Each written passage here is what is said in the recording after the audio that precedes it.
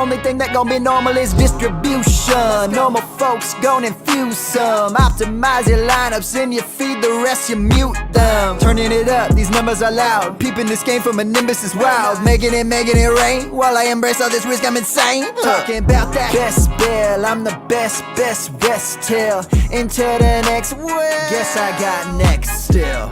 Best bell, I'm the best rest till into the next world. Guess I got next still.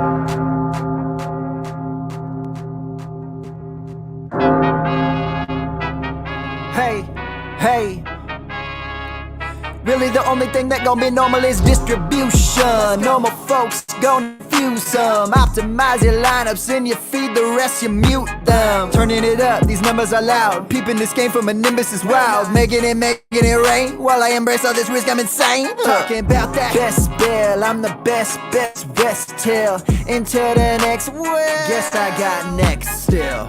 Best bell, I'm the best rest till into the next world. Guess I got next still.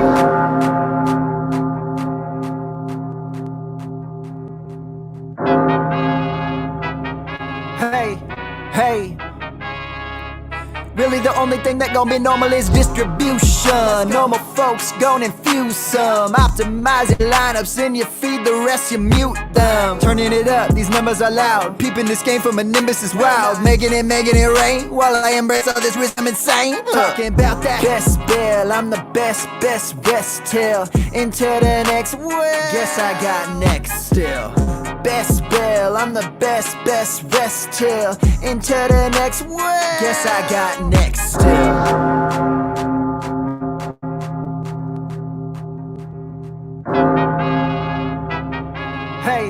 Hey, really the only thing that gon' be normal is distribution. Normal folks gon' infuse some. Optimize your lineups and you feed the rest, you mute them. Turning it up, these numbers are loud. Peeping this game from a nimbus is wild. Making it rain. While I embrace all this risk, I'm insane. Talking about that best bell, I'm the best rest till into the next world. Guess I got next still.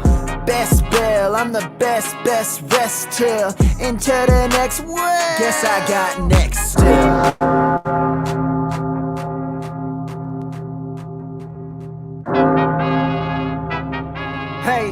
Hey, really the only thing that gon' be normal is distribution. Normal folks gon' infuse some. Optimize your lineups and you feed the rest, you mute them. Turning it up, these numbers are loud. Peeping this game from a nimbus is wild. Making it rain. While I embrace all this risk, I'm insane. Talking about that best bell, I'm the best rest till into the next world. Guess I got next still. Best bell, I'm the best rest till into the next world. Guess I got next still.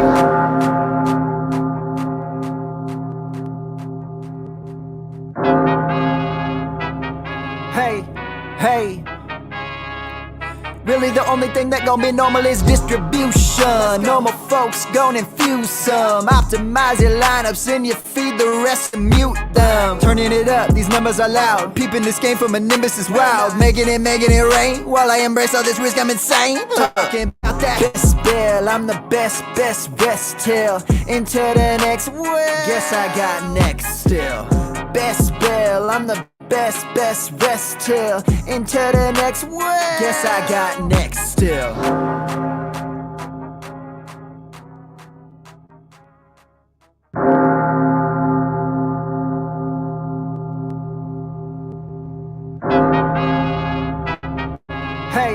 Hey, really the only thing that gon' be normal is distribution. Normal folks gon' infuse some. Optimize your lineups and you feed the rest, you mute them. Turning it up, these numbers are loud. Peeping this game from a nimbus is wild. Making it rain. While I embrace all this risk, I'm insane. Talking about that best bell, I'm the best rest till into the next world. Guess I got next still. Best bell, I'm the best rest till into the next world. Guess I got next still.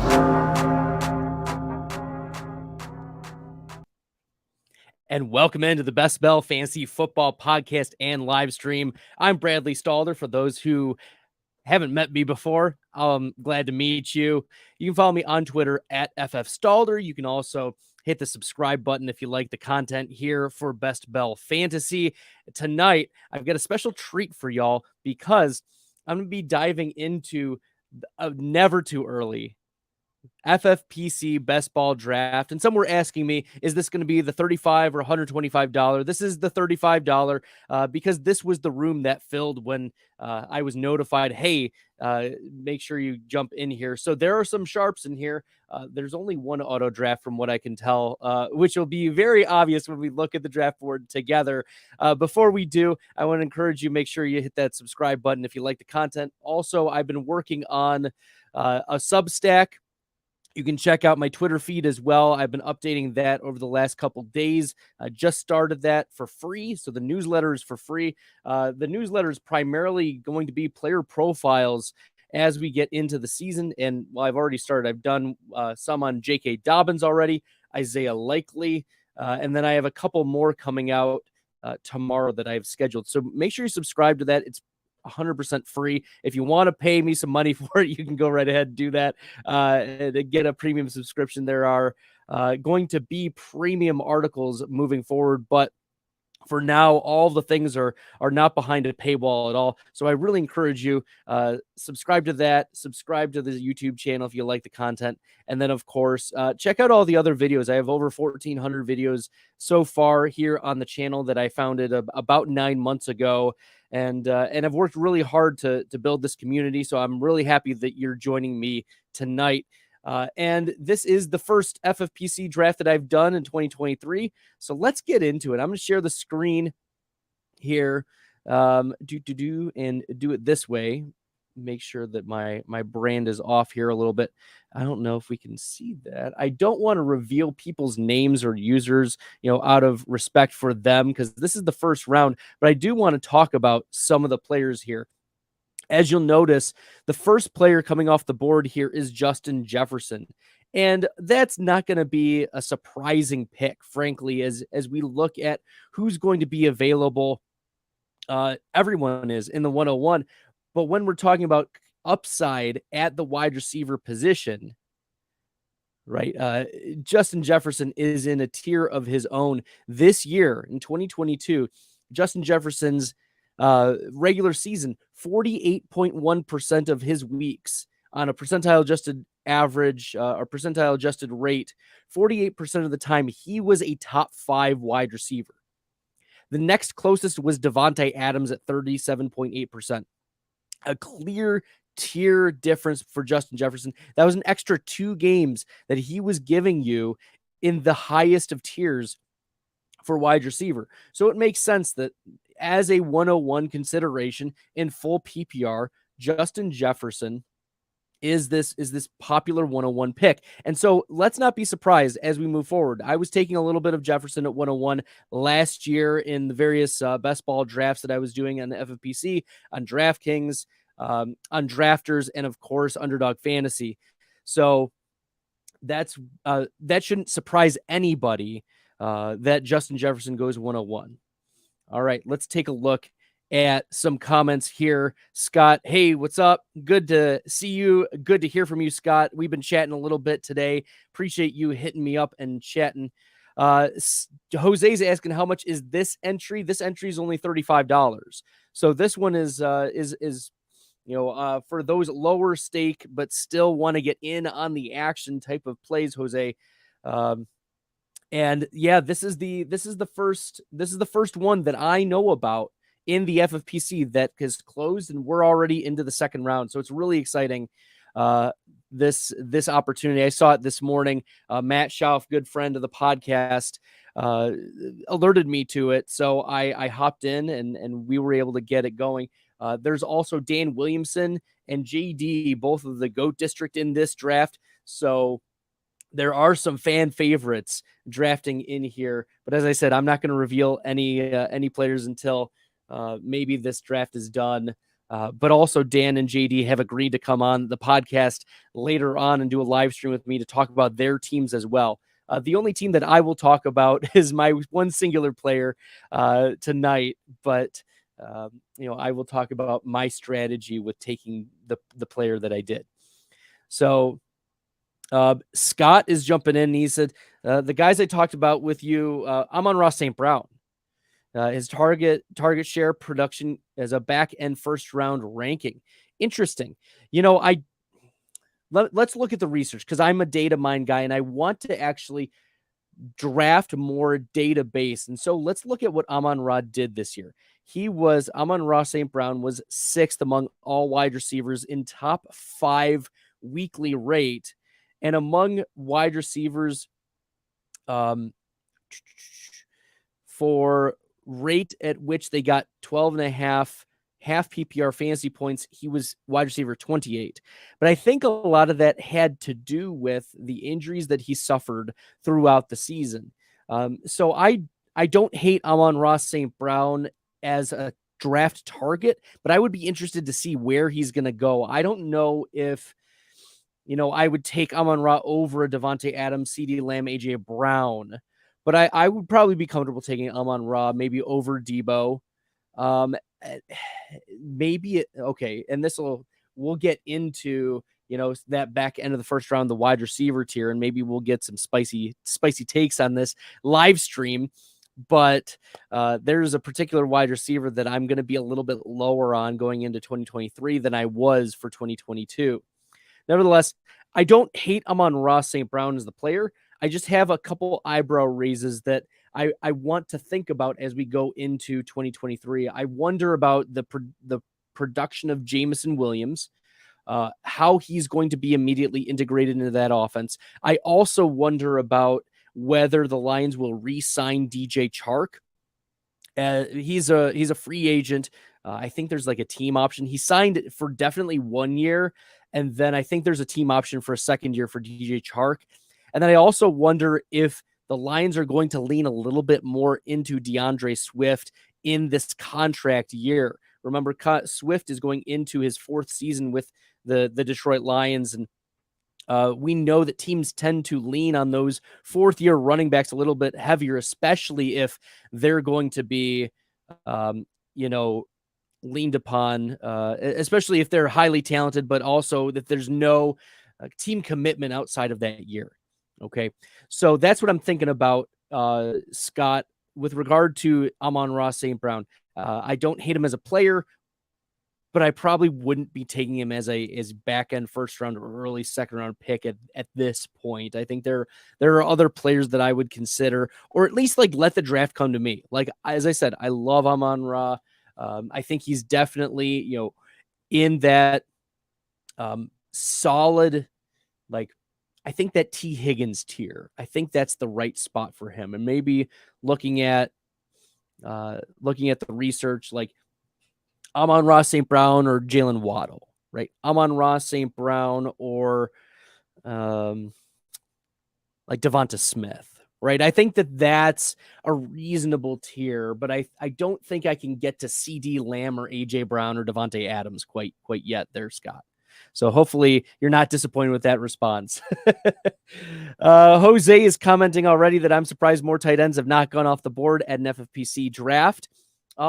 We'll get to the tight end that was selected here in this first round, and that was Travis Kelce. But first, I talked about Justin Jefferson already at the 101. At the 102, Cooper Kupp went off the board, and you're thinking to yourself, wow, we forgot about Cooper Kupp. Yeah, Cooper Kupp actually finished as the wide receiver 5 among all receivers in rate at which he achieved a top 5 week. So 28.1% of the time he was doing that.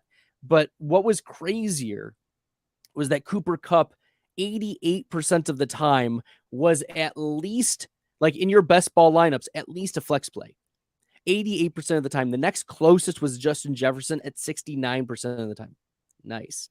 So when we're talking about like the floor that exists for Cooper Kupp, and if Matthew Stafford gets back to being healthy for next year, like Cooper Kupp, I'm not upset about this, but I also feel like in many other drafts, and maybe I'll be wrong, maybe the public is going to be different about this. Maybe the consensus is going to be different, but I was actually expecting Cooper Kupp to be closer to like the 106, 107 in drafts. He's a little bit older. Remember, Cooper Kupp was an older prospect coming out of the draft for the Rams.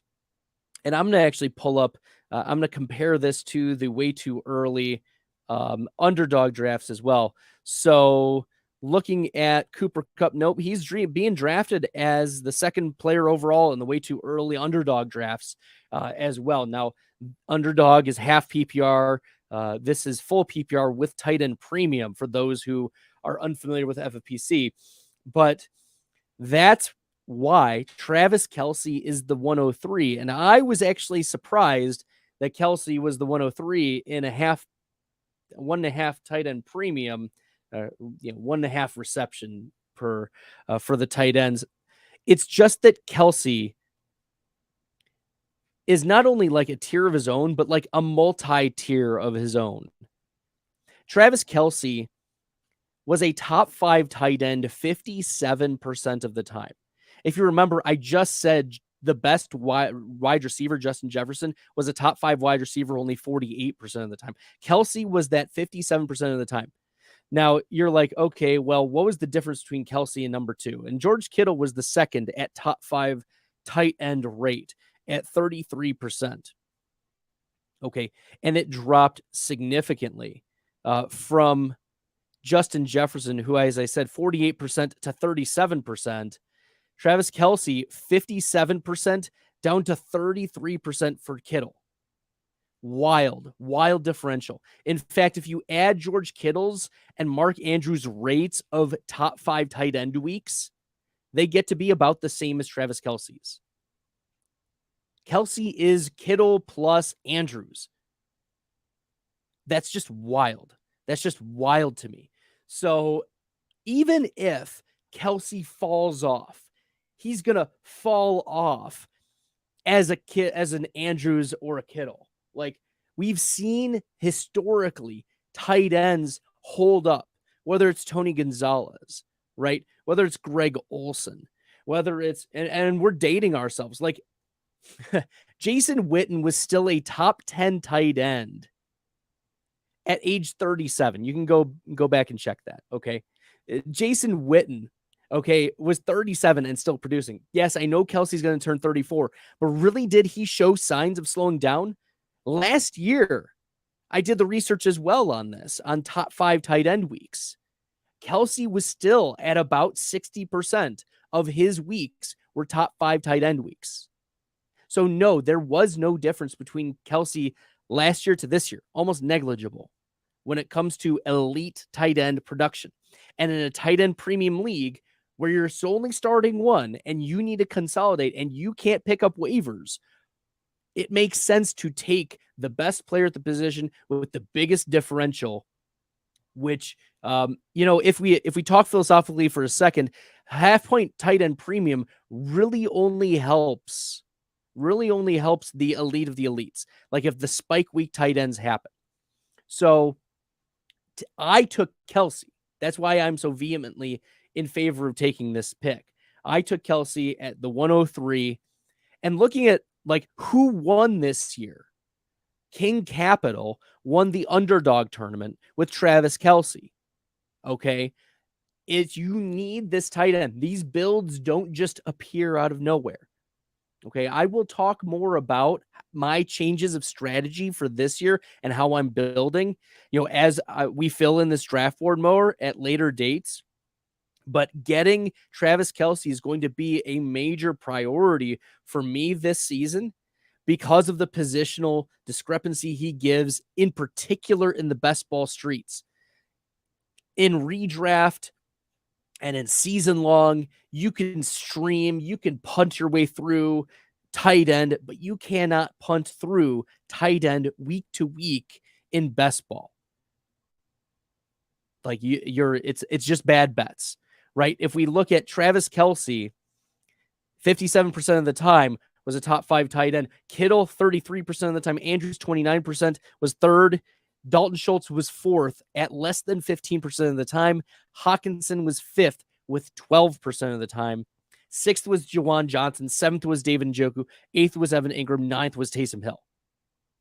Darren Waller is 10th. Okay.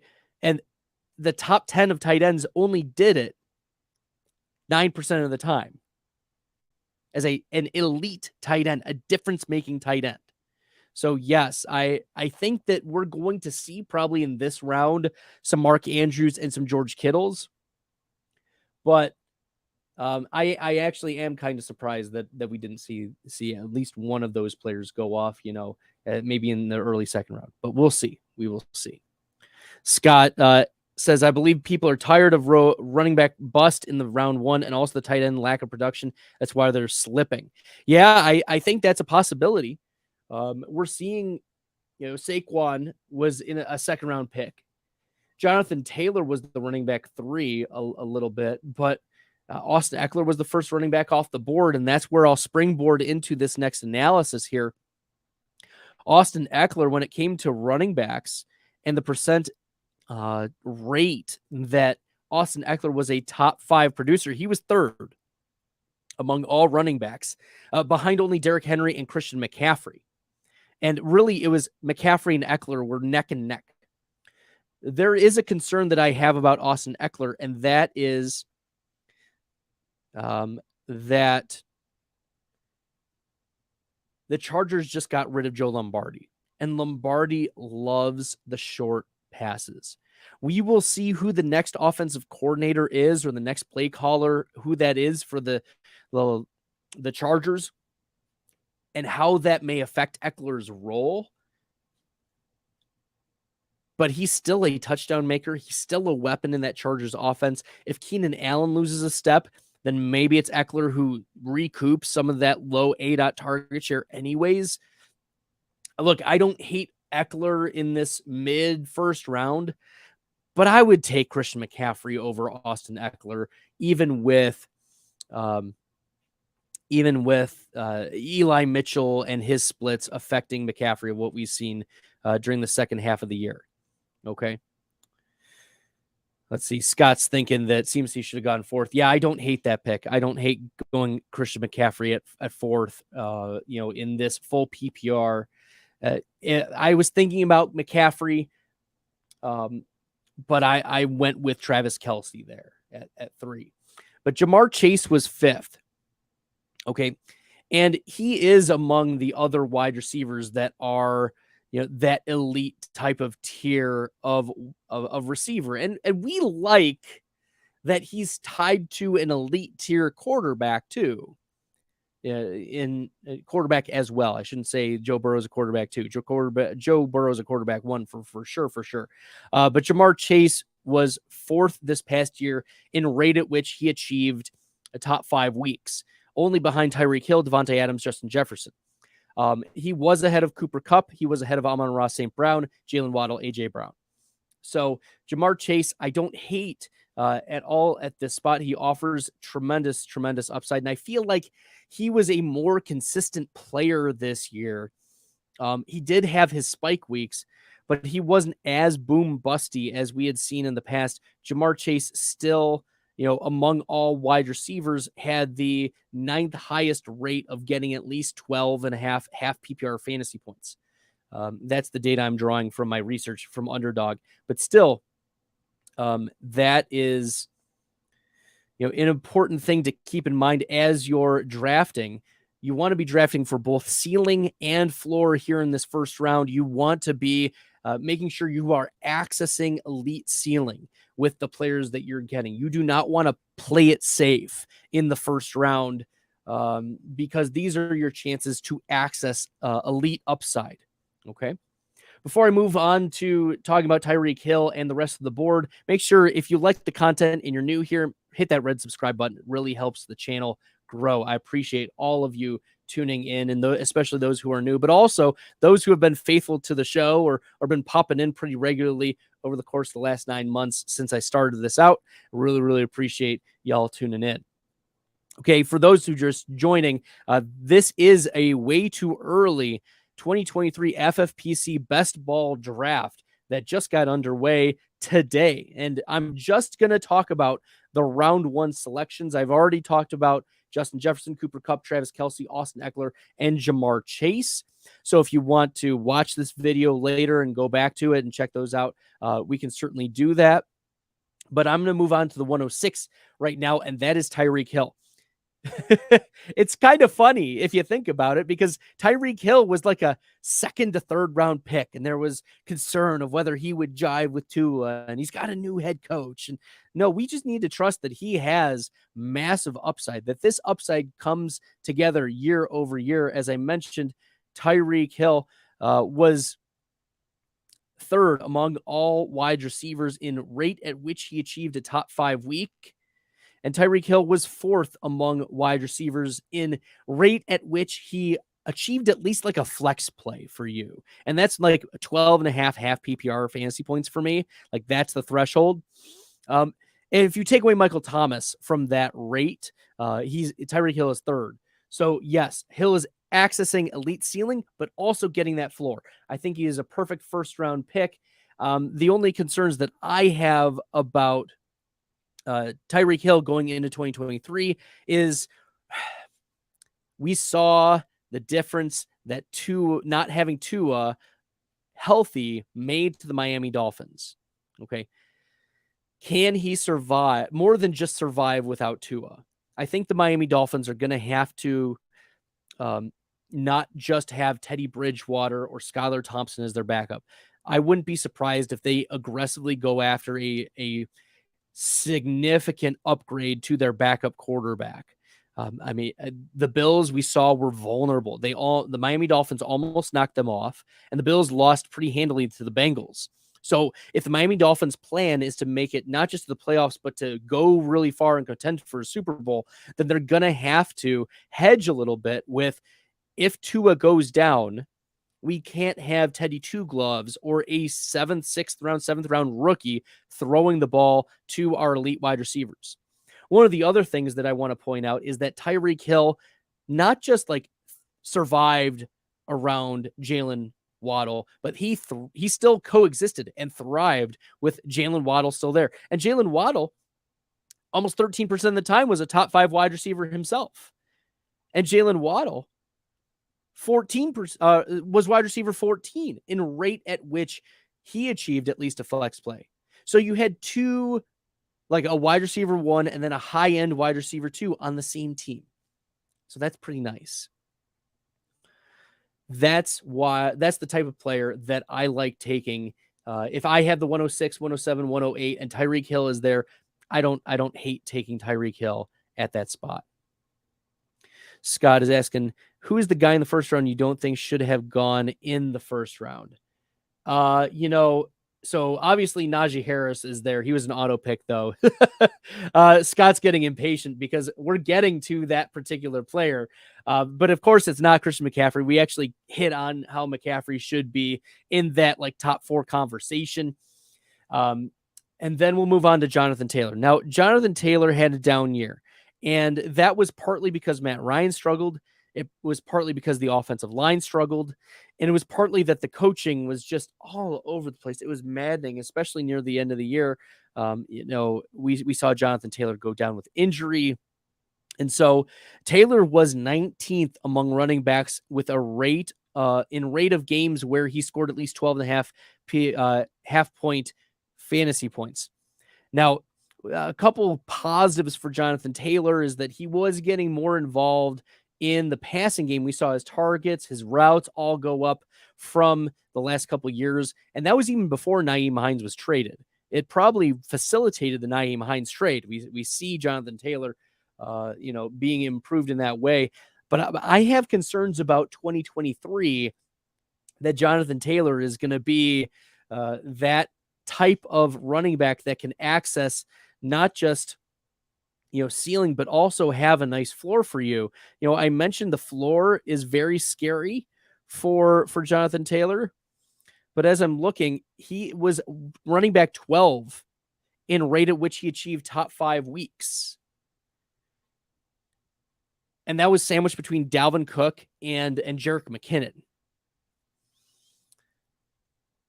I think Jonathan Taylor probably belongs at like the 112, 201. I think that's the right spot for him. Okay. Yeah. I don't know if I can get in on Jonathan Taylor being that high and right behind Christian McCaffrey when you've got some other elite wide receivers hanging out on the board. For reference, Jonathan Taylor is going as the 13th player overall in Underdog Fantasy. He's going as the running back 3, though still behind Eckler and McCaffrey. Okay. Now we're getting to, Scott, this player that I don't think is going to end up being worth a first-round pick next year. Who did I say that? How did I say it? Oh, is it Stephon Diggs? It's Stephon Diggs. Oh, man. Right? So maybe this is already too spicy for y'all, but let me make my case and then you can judge, okay? Stephon Diggs was wide receiver 10 in rate at which he accessed top 5 wide receiver weeks. He was wide receiver 10. Some wide receivers ahead of him: Christian Watson, A.J. Brown, Jalen Waddle, Amon-Ra St. Brown. Not to mention Cooper Kupp, Jamar Chase, Tyreek Hill, Devontae Adams, Justin Jefferson. Like, that Diggs couldn't access that elite level. And we're talking, 23 half-point PPR fantasy points. 23 and a half point. That's concerning to me. Now, he was at 25% of the time getting at least 19. So I don't hate like Stephon Diggs being like a 203 or 202 pick or 201, but give me Devontae Adams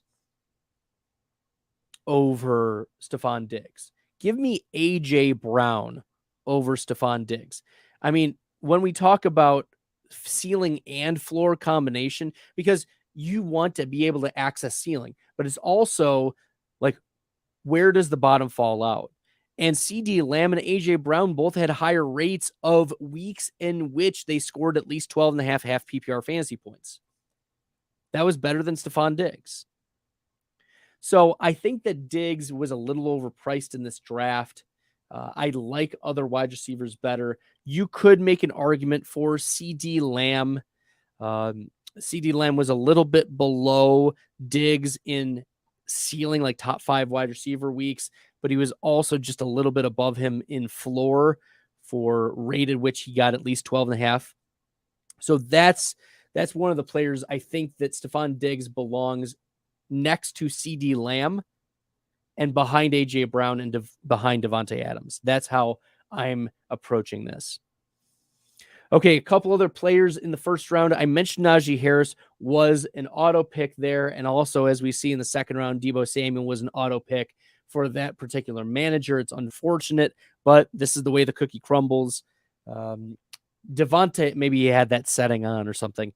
Devontae Adams goes as the wide receiver 6. And if we look at the way too early drafts, Devontae Adams is also going as the wide receiver 6 there. Adams is still a first-round pick on Underdog as well. And then CD Lamb at wide receiver 7. CD Lamb right now is going as the wide receiver 8 on Underdog, ADP 15th overall. So this was a little aggressive on CD Lamb, but we saw Lamb go ballistic in his 2 playoff games. Unfortunately, the Cowboys lost to the San Francisco 49ers tonight. But still, we saw Lamb go off. He had 10 receptions over 100 yards, I think, if I remember correctly. So those rates are without Lamb's playoff games added in, but I'll do that before I do any publishing. And for those who are new, I put out a Substack, so I encourage you check that out. It's on my Twitter at FFStalder. Make sure you're hitting that subscribe button on YouTube as well. And then later on this offseason, I'm going to be putting together a player profile cheat sheet and workbook where you can go through and you'll be able to identify some of the players based on their metrics, based on their upside, based on where they fall on the age cliff. I'm going to have some nice handy dandy charts that I'm going to be working on a lot behind the scenes. I've been working really hard to get the templates down for y'all so it looks really crisp and clean and nice. But honestly, my goal for this first year is just to get it out to you guys. so that you'll have something to work with as we move forward. I think it's really important to understand, have appropriate structure takes. I think it's important to have player takes. I think it's important to have tier takes. All three of those play an important factor into how we approach this best ball, these best ball streets. So let's see. Just to recap, I hit on Jefferson, Kupp, Kelsey, Eckler, Chase, Hill, McCaffrey, Taylor, Diggs, and then Najee Harris was the auto pick, which we're not going to overlook for the sake of this drafter. Devontae Adams, wide receiver 6, and I'll spend just a little bit more time on Adams. I think that my concerns with Devontae Adams have to do with who's going to be the quarterback. How is that quarterback going to target him? Is Devontae Adams, getting into that 30-year-old age range? Is that going to affect him at all? I don't think it will. But those are questions that people are going to ask this summer. It was at least encouraging to me that Devontae Adams was productive with Jarrett Stidham in that particular game against the San Francisco 49ers. So even though Adams did disappear from time to time, Adams was still the wide receiver 2 in top 5 wide receiver weekly rate. So yeah, give me some Devontae Adams here back in the first round, early second round. I do not hate that pick at all. And then CD Lamb. Now we see AJ Brown go off early in the second round, to AJ Brown. Brown, as I mentioned, was wide receiver 8 in top 5 weeks. And AJ Brown was also the wide receiver 5 in rate at which he was at least a flex play for you. And actually wide receiver 4 if you take out Michael Thomas.